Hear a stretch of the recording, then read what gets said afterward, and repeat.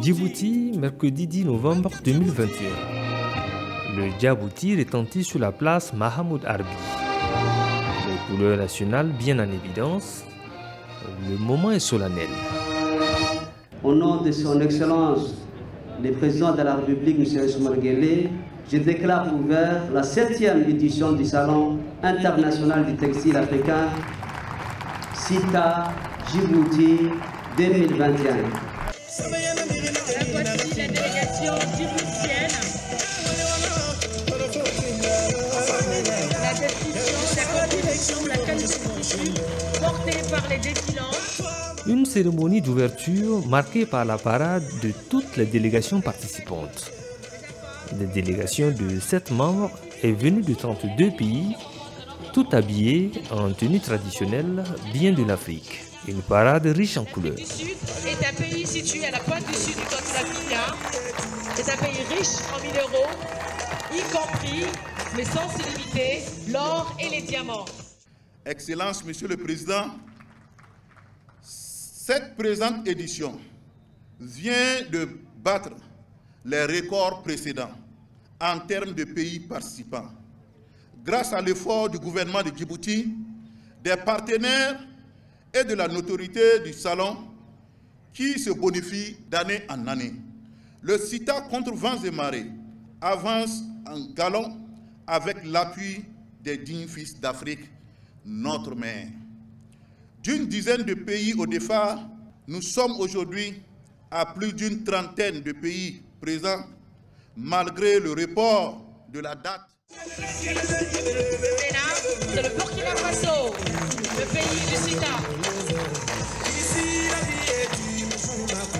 Les gourmatiers sont... Terre d'échanges et de rencontres, Djibouti était également la capitale du textile africain les 10, 11 et 12 novembre. Le CITA, un événement d'envergure internationale, une tribune pour magnifier tous les acteurs de la filière textile en Afrique. Le CITA est une tribune pour vous magnifier et donner de la gloire à ce que vous faites jour et nuit. Malgré vos petits moyens, vous donnez vie au coton et au tissu en Afrique. Ces salons en dimension continentale permettent de réunir en un seul lieu les décideurs politiques, les hommes d'affaires importants, des stylistes, des industriels, mais aussi des intellectuels et des experts du textile africain et du commerce provenant du continent africain. Je reste persuadé que de belles pages de l'artisanat et de l'industrie du textile vont s'écrire ici à Djibouti grâce à chacun de vous.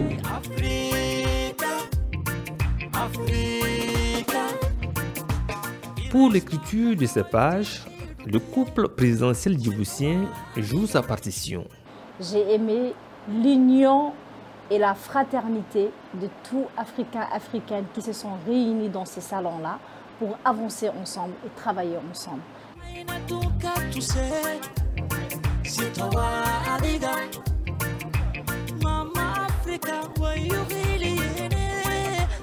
Du raffia venu tout droit du Cameroun, des pains tissés venus de la Gambie ou encore du faso d'Anfanimé d'une Burkina Faso.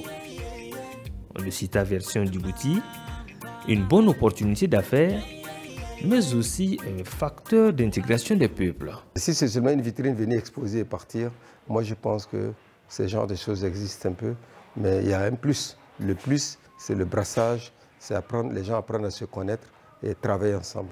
Nous faisons dans la décoration d'intérieur et le CITA est une belle opportunité pour nous de nous faire connaître et éventuellement nouer des relations avec d'autres acteurs dans le domaine. Il fallait ça, il fallait un salon international du textile africain pour que nous, Africains, nous essayons de valoriser mieux ce que nous avons comme textile de chez nous. Le CITA est une association de la société civile et de droits de l'homme du textile.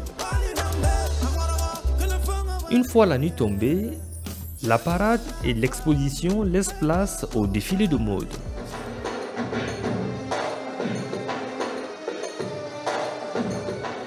Et 2 soirées durant, une cinquantaine de stylistes et une centaine de mannequins se sont rivalisés de talent et d'ardeur devant un jury international.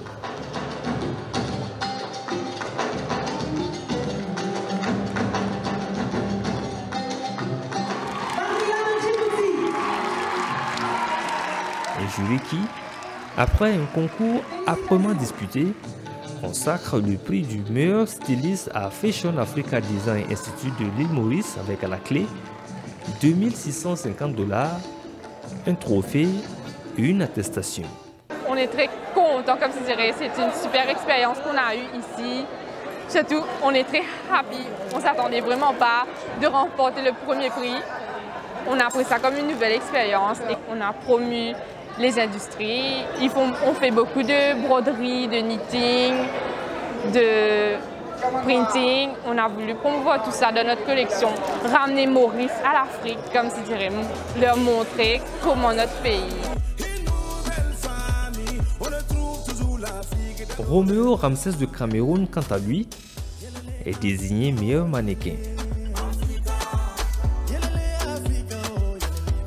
Très content d'avoir gagné ce prix. Je n'en revenais pas, mais c'est plus de 10 ans de travail dans la mode. Je remercie beaucoup le CITA parce que c'est un événement qui permet de promouvoir la culture africaine, le textile africain et la mode africaine. Ensemble, nous pouvons faire quelque chose de très meilleur. Merci CITA. Le CITA, c'est aussi une conférence internationale. Et cette année, c'était sous le thème TIC et industrie.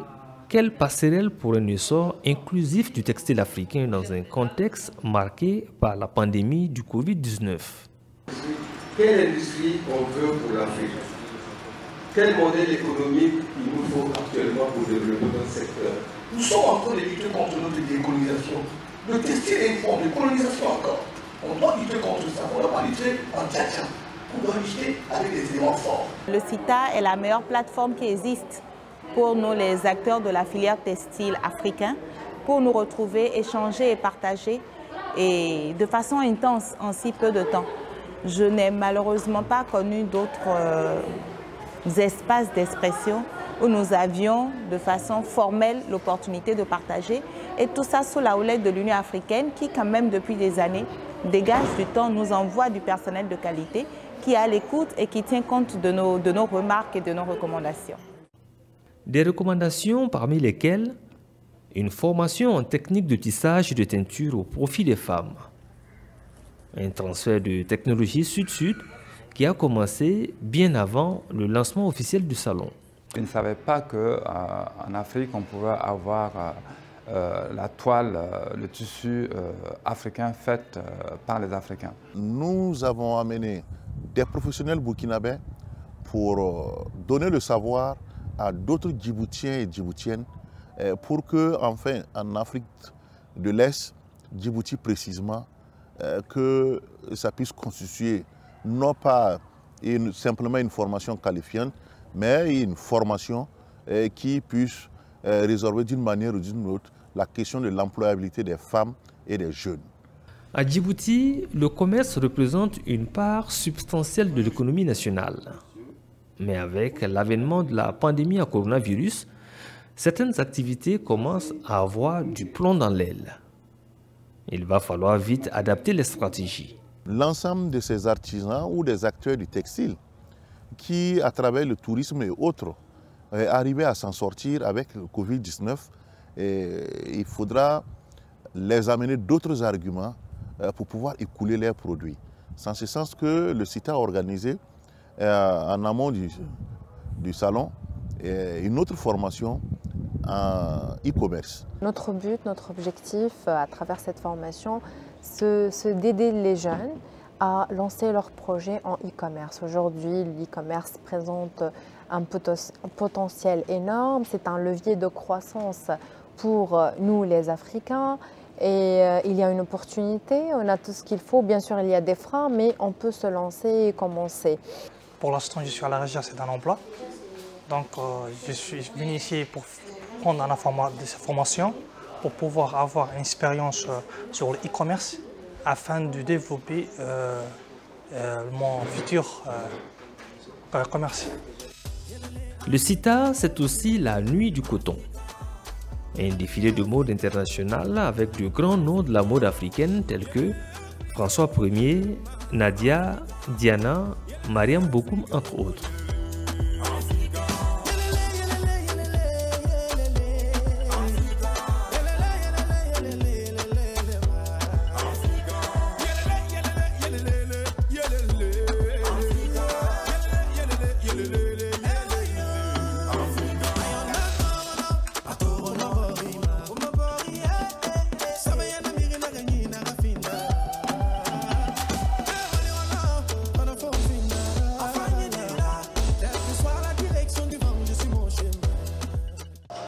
La nuit du coton est un défilé de mode international, mais également une nuit de récompense et de reconnaissance. Pour leur soutien à la réussite de l'événement, le président djiboutien et le président directeur général du groupe Ebomaf, représentés respectivement par la première dame de Djibouti et le directeur général de IB Bank, ont été honorés. Idem pour l'Union africaine. Pour avoir été désigné meilleur cotonculteur, le Burkinabé Bioum Bambou repart avec une enveloppe d'1 500 000 de nos francs. CITA Djibouti 2021 fut un succès, en témoigne cette décoration du commissaire général par l'État djiboutien. J'ai bénéficié pour la première fois d'une décoration pour avoir réalisé le CITA dans un pays.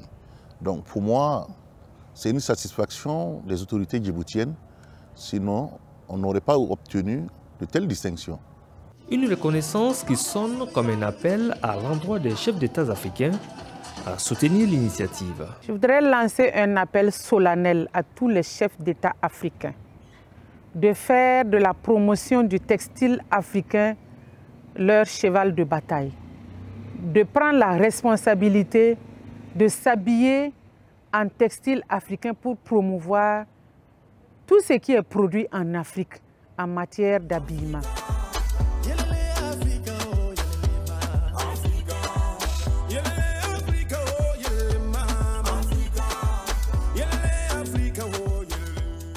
Le CITA Djibouti 2021, c'est désormais fini et rendez-vous est pris pour 2022.